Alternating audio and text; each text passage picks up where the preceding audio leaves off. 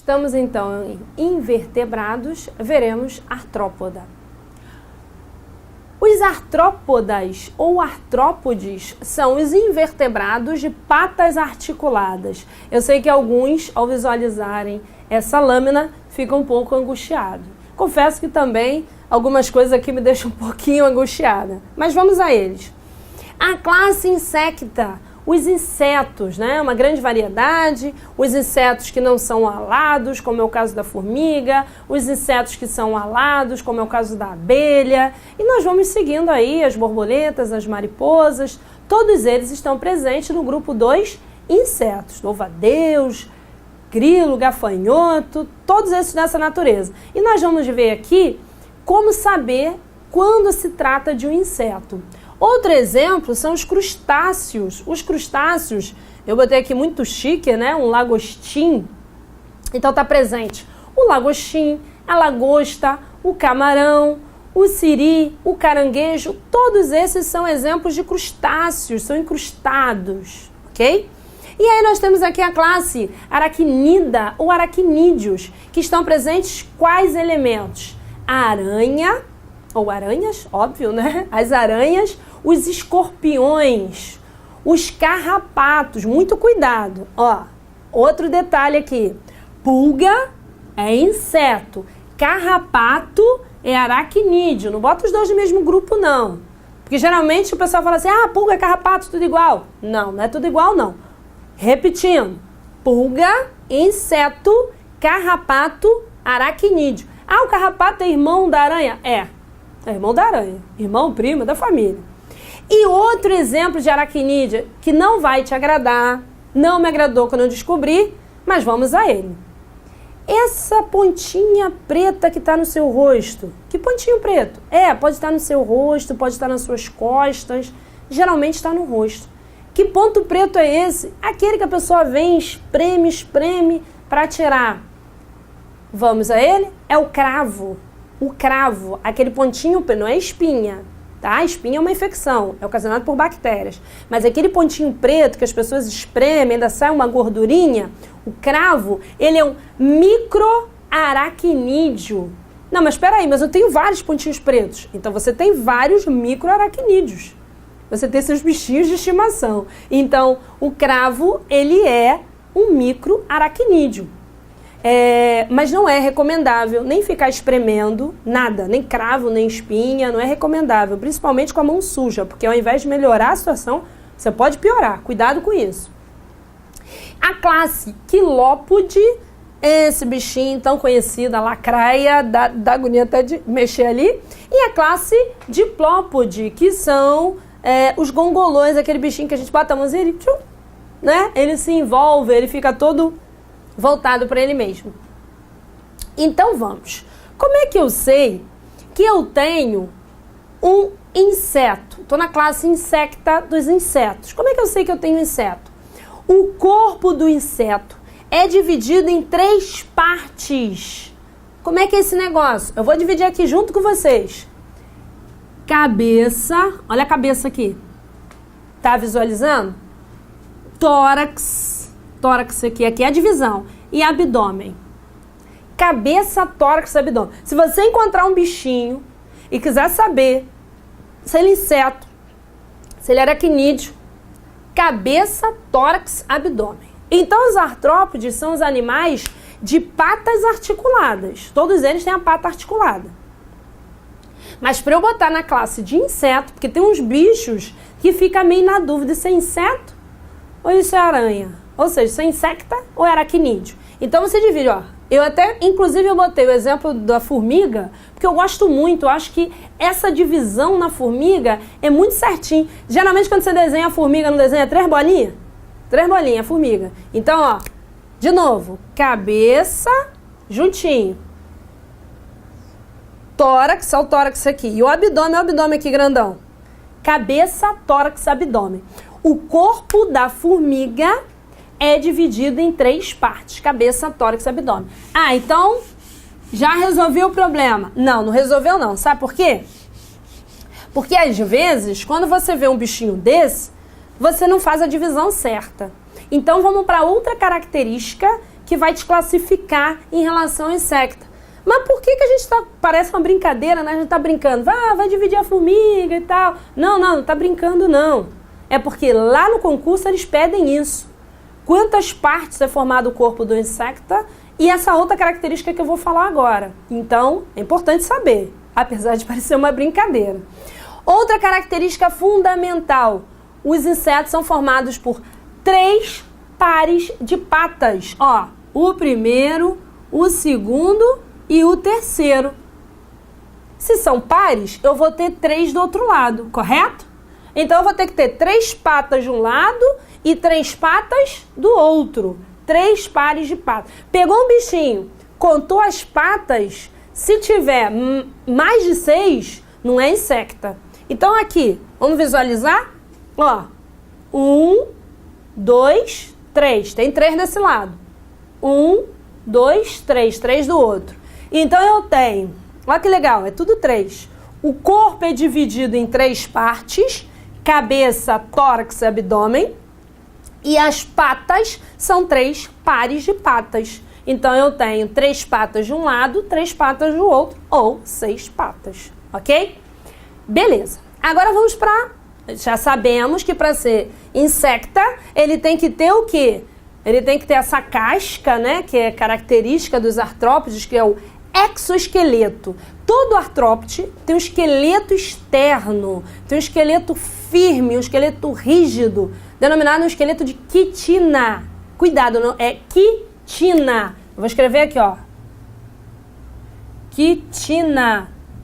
Porque eu posso estar falando e você está entendendo outra palavra, ok? Por que eu escrevi? Porque muita gente confunde quitina com cutina. E aí, na hora de eu falar, você pode estar me entendendo de modo inadequado. Então, eu vou até apagar, porque não é esse. Então, esqueleto externo. Se o esqueleto é externo, exoesqueleto. Então, exoesqueleto de quitina. Beleza. Então, já foi. Vou apagar, senão fica tumulto aqui na história. E aí, nós vamos a ele, né? Ao esquema. A ele que eu digo é o esquema. Nós temos aqui cabeça, olhos, glândulas maxilares. Então, o que é bem legal é que, de novo, estamos avançando e temos mais estruturas. Então, olha aqui. A divisão que eu comentei, né? Ele cita aqui o tórax. Eu consigo identificar que aqui, ó, nessa região, toda essa região é a cabeça. E ele sinaliza aqui, ó, o esquema sinaliza aqui pra gente o abdômen. Então, ficou bem legal. Que eu visualizo a cabeça, aqui, tórax. Ele veio aqui, né? Mas isso aqui tudo. E o abdômen. E aí, nós temos ocelos. O que são ocelos? Ocelos são olhos primitivos. Eles não têm muita função de olhos efetivamente. Por que eles não têm função de olhos? Eles são olhos simples, eles não conseguem identificar toda a diferença de formas, de cores e tal. Quase cego. Praticamente a formiga ela é cega, tá? E aí, como é que então ela se identifica em relação ao ambiente? A gente tem aqui os órgãos de Johnston. Os órgãos de Johnston, eles conseguem perceber a vibração do som. Então, quando um predador está próximo, ele pode estar emitindo algum som ou ele está fazendo som por estar se deslocando e ela percebe. Então, eu tenho esse órgão de Johnston. Além disso, tem as antenas, né? O finalzinho do órgão de Johnston, as antenas. E elas têm uma grande capacidade de perceber cheiro das coisas. Tá? E aí, lá vamos nós. Eu contei essa historinha, agora eu vou contar rápido. A formiga vai catando tudo, né? Ela cata pedaço de papel, pedaço de biscoito, pedaço de salgado, pedaço de tudo. Ela come o quê? Se ela cata pedaço de tudo. Ela se alimenta de fungo. Ela leva toda essa matéria orgânica para o ninho e se alimenta de fungo. E a ordem de uma formiga para outra é uma ordem química por feromônio.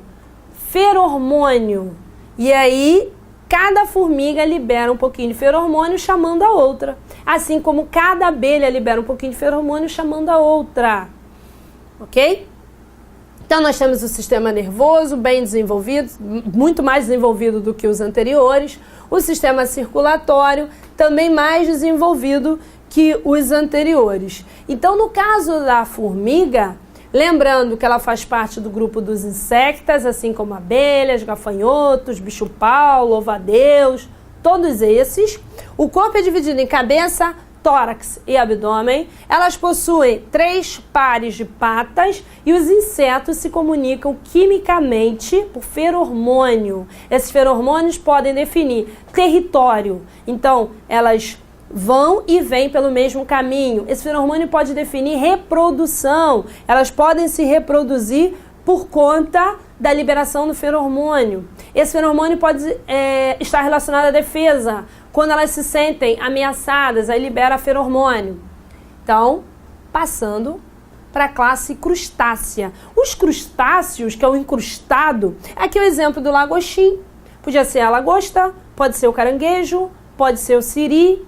Todos esses são exemplos, tatuzinho de jardim, todos esses são exemplos de crustáceos. E os crustáceos, eles têm toda essa estrutura que nós já estamos acompanhando, né? Então, o que chama atenção aqui, que eu acho bem legal, é o hepatopâncreas. O que é o hepatopâncreas? Seria o fígado, hepato relacionado a fígado. Prefixo hepato, por isso que se fala hepatite, é problema no fígado, ok? Então, esse prefixo hepato está relacionado a fígado. E aí, seria o fígado associado diretamente ao pâncreas. E nós estamos vendo a questão, né, do sistema nervoso. Aqui já não é tão desenvolvido. O que é legal é que na escala evolutiva, os moluscos já vêm antes, porque nós estamos vendo as lâminas pela escala evolutiva. Então, os moluscos vêm antes dos artrópodes. E nós tínhamos visto lá nos artrópodes, efetivamente, na questão do cefalópodo, que foi o caso da lula e do polvo, que tinha um cérebro. E aqui eu volto para quê? Gânglio cerebral. Já não é mais o cérebro tão desenvolvido.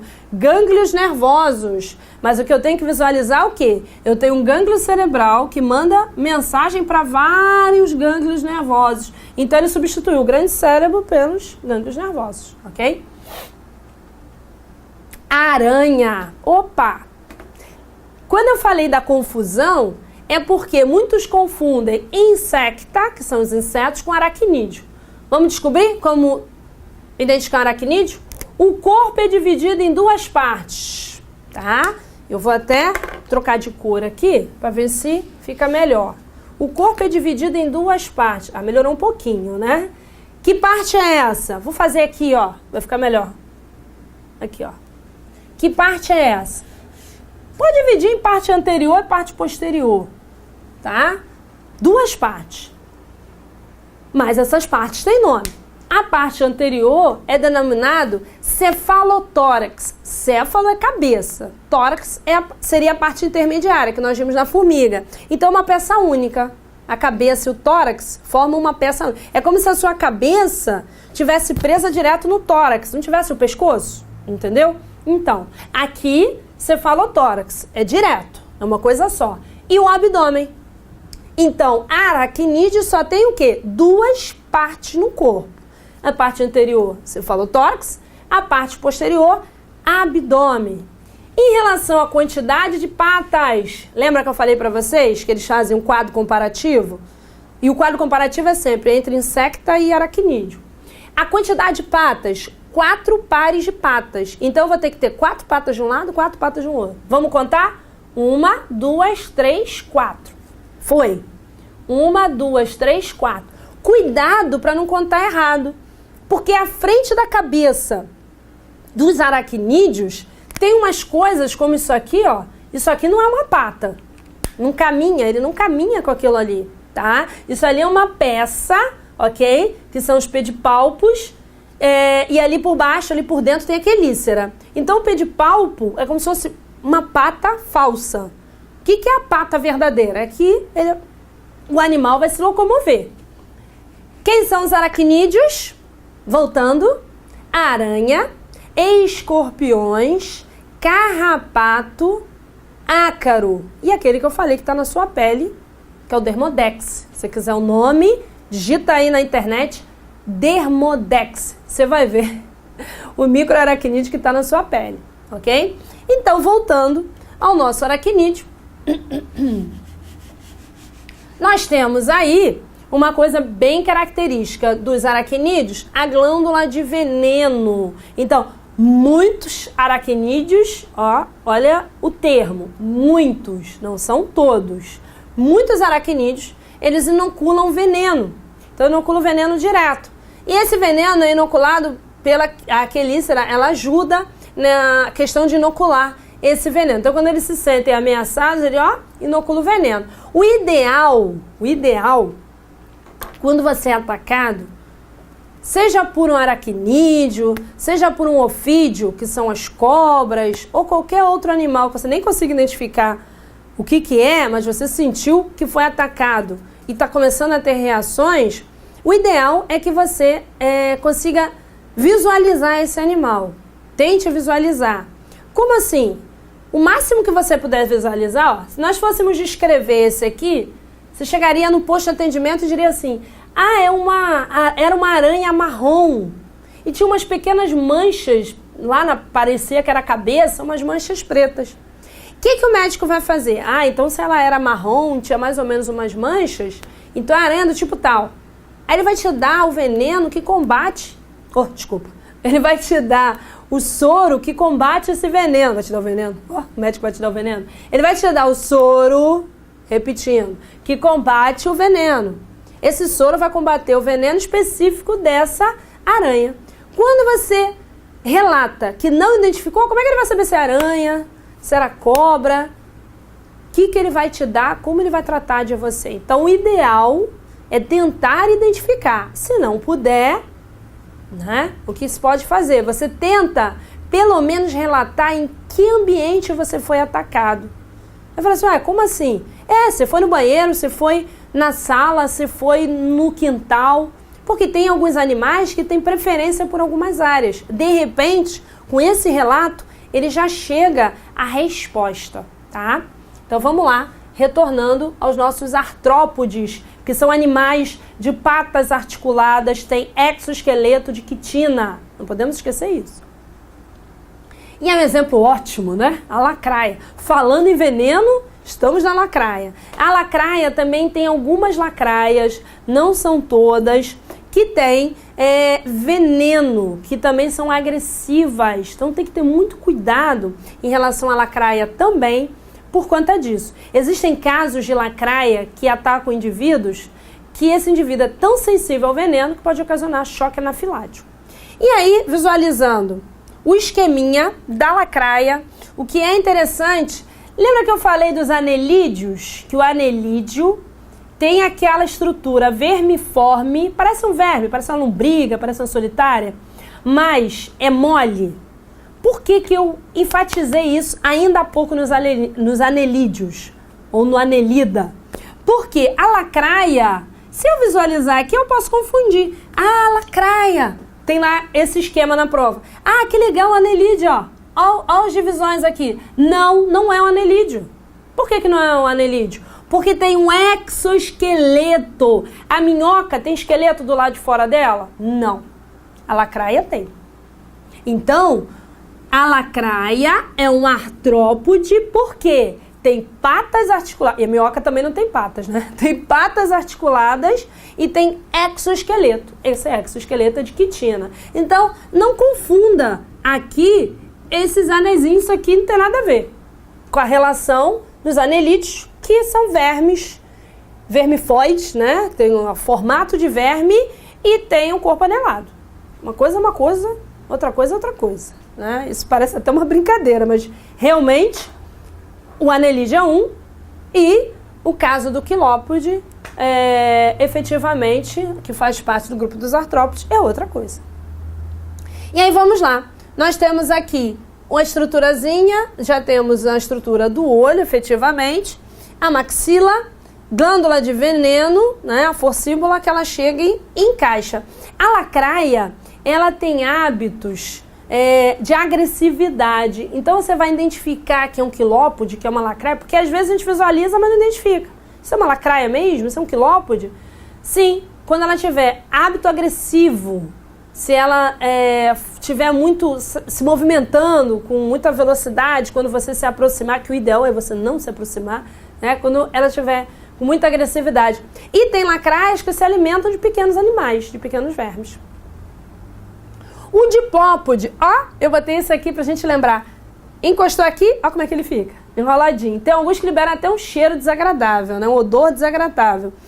Esse aqui, o apelido dele é piolho de cobra, mas também conhecido como gongolo ou embuá. E aí vamos nós. Por que é um artrópode? Lembrando, exoesqueleto de quitina e pata, a pata é pequenininha, né? Mas patas articuladas, ok? Exoesqueleto de quitina e patas articuladas. Então, apesar de ser longo, ter esse desenho, não tem nada a ver com a anelídea. Vou enfatizar. Por que a professora Simone está falando esse tempo todo? Porque eu já apliquei várias provas. Várias provas. Eu tenho quase 20 anos de profissão, de sala de aula. E aí, eu boto lá o desenho da lacraia, eu boto o desenho do embuá, eu boto o desenho da minhoca e algum aluno distraído me marca que piolho de cobra é anelídeo. Aí eu dou errado, ele vem reclamar. Professora, mas eu vi o corpo dividido em anéis. Aí eu falo, mas você não viu o exoesqueleto e as patas? A minhoca tem pata? Ah, é, professora. Então, tem essas situações. E aí a mandíbula, a base da mandíbula. Estamos visualizando aqui veneno? Não. Por quê? Porque o embuá, ele tá até aqui na folhinha, né? Já para mostrar a gente. Ele é herbívoro, ele não é carnívoro, como é o caso da lacraia. Ele não é agressivo, você encosta nele, ele se defende. A lacraia, se você chegar perto, se ela sentir alteração, ela já te agride. Então, muito cuidado, porque o caso da lacraia, como eu já citei, pode ocasionar coisas bem agressivas em relação a veneno muito tóxico, ok? Então, fechamos esse bloco.